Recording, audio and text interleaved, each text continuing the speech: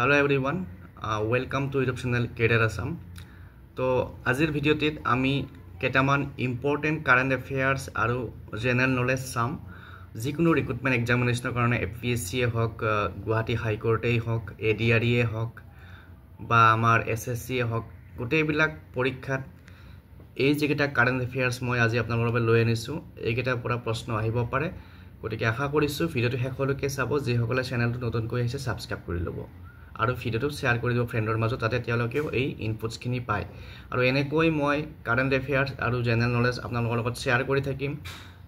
daily যিখিনি মই news পেপাৰত যিখিনি পাওঁ তাৰ লগতে মাজে মাজে যিবোৰ জেনেৰেল নলেজৰ ইনফৰমেশ্যন পাওঁ সেইবিলাক মই শ্বেয়াৰ কৰি থাকিম গতিকে আপোনালোকে চাব আৰু মনত ৰাখিবলৈ চেষ্টা কৰিব তো ইয়াত দেখিছে current affairs and general knowledge for recruitment exam লিখিছোঁ মই হেডিংটো Number 1 আছে No Tobacco Day is observed on May 31 বিশ্ব ধপাত বিৰোধী দিৱস অসমীয়াত যদি আমি ক'বলৈ যাওঁ 31 মেত পালন কৰা হয় আৰু এইখিনি মই ইংৰাজীত লিখিছোঁ মই অসমীয়াত কৈ যাম যদি আপোনালোকৰ কাৰোবাৰ কিবা ইস্যু থাকে কমেন্ট কৰিব তাৰ পিছত বাল্মিক থাপাৰ one of the India's most eminent wildlife conservationists and authors involved protection of tiger died recently বাল্মিক থাপাৰ নামৰ এজন ব্যক্তি আছিল যিজনে আমাৰ ভাৰতৰ এজন বিখ্যাত বন্যপ্ৰাণী সংৰক্ষণৰ লগত জড়িত এজন মহান ব্যক্তি আছিল আৰু তেখেতে ৰিসেন্টলি এক্সপায়াৰ্ড হৈছে আৰু তেখেতে আমাৰ যি টাইগাৰ প্ৰটেকশ্যনৰ ওপৰত তেওঁ যথেষ্ট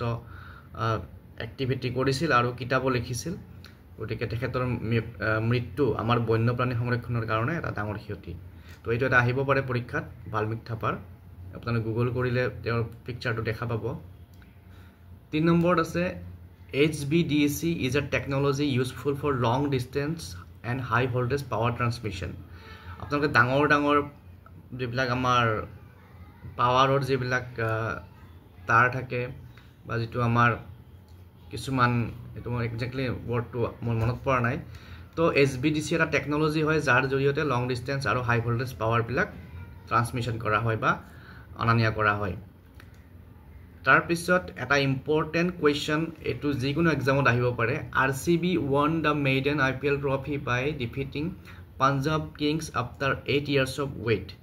Royal Challengers Bangalore নিজৰ IPL trophy জিকিছে 18 বছৰ ওয়েট কৰাৰ পিছত আৰু কাক বিট কৰিছিল Punjab Kings 11 গতিকে এটো এটা ইম্পৰ্টেন্ট মনত ৰাখিবলগীয়া কোৱেশ্চন কাৰণ কিয় Royal Challengers Bangalore ইমান 18 বছৰ ওয়েট কৰাৰ পিছত এই ট্ৰফিটো জিকিছে তাৰ পিছত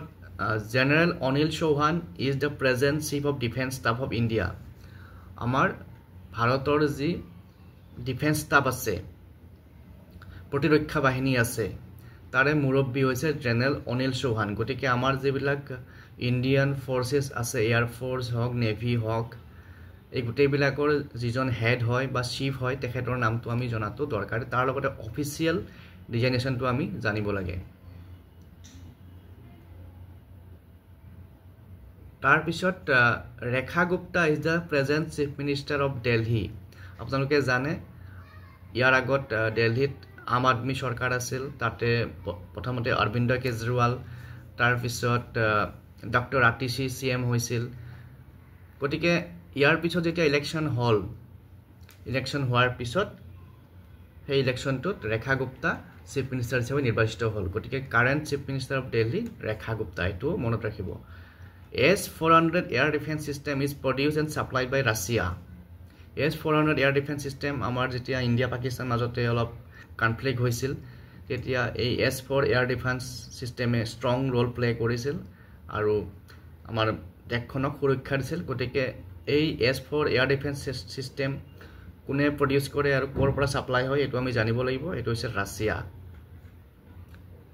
তাৰ পিছত Binita Chhetri of Assam was second runner up in British Got Talent 2025 British Got Talent 2025 ৰ যেটো কম্পিটিশন হৈছিল ট্যালেন্ট কম্পিটিশন তো তাতে আমাৰ অসমৰ এজনী ছোৱালী বিনিতা ছেত্ৰী তেওঁ সেকেন্ড ৰানাৰ আপ হৈছিল আৰু হেখিনি সময়ত খুব চৰ্চাত আছিল হয়তো আপোনালোকে শুনিছে তো এইটো এটা আমাৰ অসমৰ কাৰণে এটা ইম্পৰ্টেন্ট জানিবলগীয়া কথা তো পৰীক্ষা এক্সাম বিলাকত আহিব পাৰে অকল অসম বুলি নহয় আমাৰ ইণ্ডিয়াৰ কাৰণে জানিবলগীয়া কথা গতিকে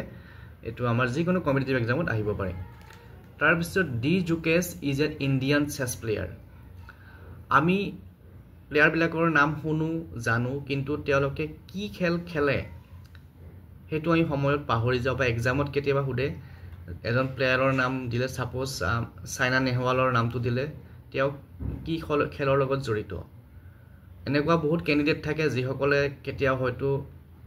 নামটো শুনা নাই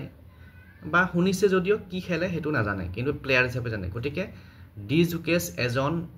চেছ প্লেয়াৰ হয় ইণ্ডিয়ান চেছ প্লেয়াৰ গতিকে তেখেতৰ বিষয়ে আমি জনাটো দৰকাৰী ওয়াৰ্ল্ড চ্যাম্পিয়ন হয় চেছৰ তাৰ পিছত এটা ইম্পৰ্টেন্ট কোৱেশ্চন আহিব পাৰে the women ODI cricket world cup 2025 will be held in India and Sri Lanka আমাৰ মহিলা ক্ৰিকেট বিশ্বকাপ 2025ত হ'ব ইণ্ডিয়া আৰু শ্ৰীলংকাত গতিকে এইটো এটা জানিবলগীয়া কথা গতিকে আজিৰ এই ভিডিঅ'টিত এই 10টা পইণ্ট আপোনালোকৰ লগত শ্বেয়াৰ কৰিলোঁ নেক্সট মই সদায় দিবলৈ চেষ্টা কৰিম আৰু এনেকৈ আপোনালোকে নিজেও চেষ্টা কৰিব যদি আপোনালোকে নিউজ পেপাৰ চাই নিউজ পেপাৰত বিভিন্ন ধৰণৰ কাৰেণ্ট এফেয়াৰ্স পায় আৰু ময়ো আপোনালোকৰ লগত এনেকৈ